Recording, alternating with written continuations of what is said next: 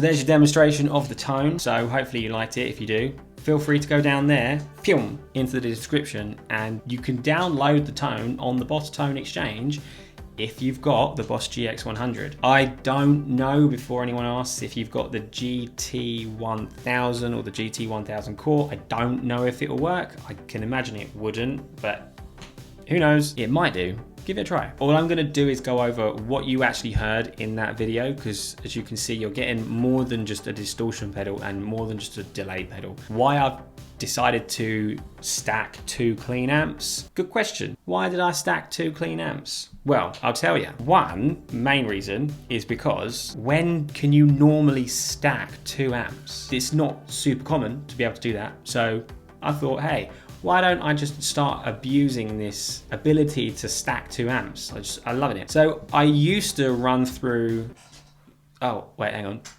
Let me adjust the chair. I used to run through that, which is a Marshall Origin. It's a 50-watt combo. I ended up having so many issues with valves, so I don't use valve amps anymore, which is why I only use my GX-100. I've never played through a mix of 2 clean amps. I've never actually done it. Well, apart from now, not 2 real life amps. So I'm abusing that ability. It sounds sick. You can get a different sound. So like you're getting a deluxe combo and you're getting a Fender Twin.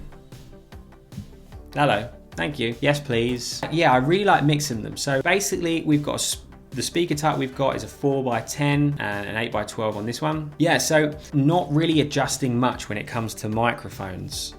When it comes to the microphone section, I don't adjust anything on any of the presets I've made, ever. Whatever it has just been loaded with, I've just left. The reason why, and if you're someone that feels like you need to adjust everything and you can't get happy with your tone, sometimes adjust a little bit first. Now, here's an example. I want a Fender Twin amp, so I dragged it into the chain and this came up and I adjusted some stuff. I did the normal stuff, so I adjusted my gain. I adjusted the bass, the middle, treble, and the presence, and I adjusted the sag. I don't really know what the hell that does. Once I came to a point where I was like, hey, this sounds nice. Once I've got a tone that I'm happy with, I'm not going to adjust my microphone, mainly because that changes the sound drastically. Like that drastically affects the voicing that you're hearing. I mean, it's really cool that you're able to do it, but I personally, I think it's maybe a little bit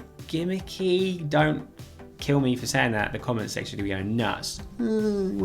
Now, I'm a person coming from like, you know, real amps, real pedal boards. I never ever liked distortion pedals. Now, I know there's loads of people out there that do. I've never been a fan. I never really gelled with one that I'm like, yeah, this is great. I like overdrive pedals because you dial them back, you still get a nice clean sound. That's what I've managed to be able to do. I have included an overdrive pedal here.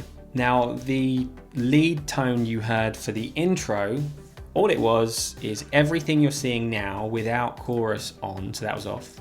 And it was distortion on, and it was overdrive on as well. So I had those 2 stacked. And I think it sounds quite clear while being quite ferocious. It roars quite nice. If you turn the distortion off and you get just the overdrive there, it kind of does that breakup tone a little bit that I was going on about, where it pushes the valves, just that sounds like it's pushing the valves a little bit harder. I keep saying valves, there's no valves anymore in this thing. It's crazy. Now, I have no clue. If anyone knows what pedal this actually is, the distortion, well, I know what it is. It sounds wicked. It sounds so good. Bear in mind, I'm playing through a Strat, so I'm using single chords. Now, if you've got really hot pickups and you've got humbuckers even, then you're gonna need to dial back some of these anyway. And if I'm honest, I would encourage pretty much everyone that if you do download this tone, I encourage you to make some adjustments. I would not for one second think that what I'm giving here is just going to be everyone's going to bloody love it. I don't think that's going to happen, but hopefully it gives you a nice foundation to work off of.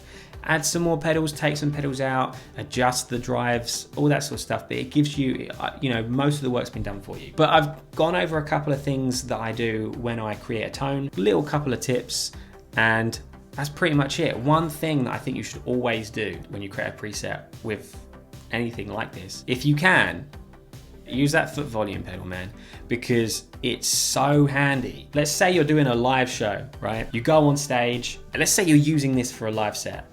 Let's say you go on stage and you plug in, and you've made that rookie error of not looping your lead through your strap. You've just plugged it straight in, and you're like halfway through a song, oh bugger, and then the verse comes along and you haven't really got much to do. The other guitar player's taking most of the rhythm parts, so you go volume pedal down, unplug, wrap it round, plug it back in, volume pedal on, boom, back into the verse. Everyone's like, oh my god, it'll be sick. So I always use that, or you could use a tuner. That's also another great option, but you've got the option of the tuner and the volume pedal with this GX-100. So hopefully this video was kind of helpful or useful or entertaining, whatever. I hope you got something from it. If you did enjoy it, go down there, plop, and just hit that like button. Helps boost the channel out to some new people, and also, if you wouldn't mind, hit that subscribe button as well, because that also means a lot.